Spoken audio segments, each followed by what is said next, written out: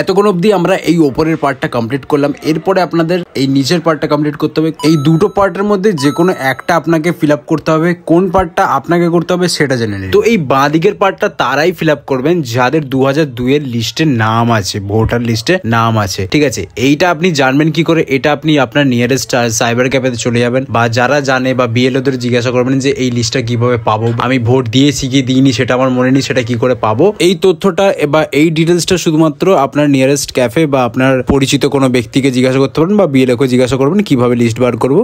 তো এটা ওনারাই বলতে পারবেন, আর আপনাকে এটা নিজেকেই খুঁজে বার করতে হবে যে আপনার 2002 এর লিস্টে আপনার নাম আছে কিনা। যদি আপনি কনফার্ম হয়ে যান যে আপনার 2002 এর লিস্টের নাম আছে, তো তখনই আপনি এই বাঁদিকে ফর্ম ফিল আপ করবেন। তো এখানে আপনি প্রথমে দেখতে পাবেন ইলেক্টর নাম লেখা আছে। তো ইলেক্টর নাম মানে যার নামে এসআইআর ফর্মটা এসছে তার নাম এখানে লিখতে হবে, এবং তার যদি এপিক নাম্বার যদি থাকে তো লিখবেন, না থাকলে লেখার কোনো দরকার নেই। তারপরে আপনার রিলেটিভের নাম এখানে স্পেসিফাই করে বিএলও আমাকে এখানে তো ওটাই বললো যে আপনার বাবার নাম লিখতে হবে। এসআইআর ফর্ম এসছে, তার বাবার নামটা এখানে রিলেটিভস এর নেমের জায়গায় লিখতে হবে ফাদার। এরপর এখানে লেখা আছে ডিস্ট্রিক্ট, মানে আপনার কোন জেলা। তো আমাদের এখানে জেলা হচ্ছে কলকাতা, তো আমি এখানে কলকাতা লিখবো। এবং এরপরে লেখা আছে এখানে স্টেট নেম, মানে আপনার কোন রাজ্য।